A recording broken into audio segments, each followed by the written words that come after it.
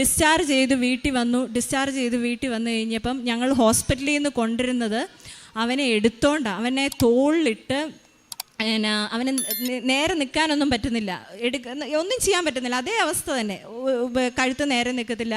അപ്പം ഹസ്ബൻഡിൻ്റെ അനിയൻ, ഞാൻ പറഞ്ഞു എന്നെക്കൊണ്ട് എടുക്കാൻ പറ്റുകയല്ല അവനെ എന്ന് പറഞ്ഞ് അവനെ തോളിലിട്ട് വീട്ടിൽ കൊണ്ടുവന്നു. അപ്പോഴും കൊച്ചു ബെഡിൽ തന്നെയാണ്, ഒന്നും ചെയ്യാൻ പറ്റുന്നില്ല. അപ്പം ഡോക്ടർ പറഞ്ഞു മിനിമം 1 മാസം എടുക്കും അവന് റിക്കവറായി വരാൻ, അവൻ്റെ കാര്യങ്ങളെല്ലാം ചെയ്യാൻ 1 മാസം എടുക്കും, അതിലും ചിലപ്പോൾ എന്തെങ്കിലുമൊക്കെ മിസ്സിങ് ഉണ്ടാവുമെന്ന് പറഞ്ഞു. അപ്പോൾ ഞങ്ങളാകെ വിഷമിച്ച് ഓരോ ദിവസങ്ങളും തള്ളി നീക്കിക്കൊണ്ടിരിക്കുക.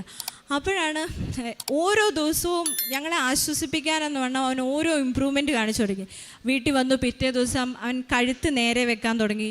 അതിൻ്റെ പിറ്റേ ദിവസം അവൻ ബെഡിൽ നിന്ന് തനിയെ എഴുന്നേറ്റിരിക്കാൻ, ഞങ്ങളുടെ ചെറിയൊരു സപ്പോർട്ടോട് കൂടി എഴുന്നേറ്റിരിക്കാൻ തുടങ്ങി.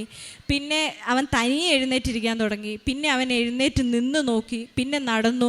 അപ്പോൾ എൻ്റെ അമ്മ എല്ലാ ദിവസവും പ്രതിഷേധന പ്രാർത്ഥനയും ബാക്കി കാര്യങ്ങളെല്ലാം അമ്മ ചെയ്യുന്ന, അമ്മ ഉടമ്പടി എടുത്തിട്ടില്ല, പക്ഷേ ഉടമ്പടി എടുക്കുന്നവർ ചെയ്യുന്ന എല്ലാ കാര്യങ്ങളും അമ്മ ചെയ്യുന്നുണ്ടായിരുന്നു. അപ്പോൾ അമ്മ മാതാവിൻ്റെ അടുത്ത് പ്രാർത്ഥിച്ചു. അപ്പോൾ ഞങ്ങൾ ഡിസ്ചാർജ് ചെയ്ത് വന്നതിൻ്റെ പിറ്റേ ആഴ്ചയാണ് ആദ്യത്തെ റിവ്യൂ ഡോക്ടറുടെ അടുത്ത് പറഞ്ഞേക്കുന്നത്.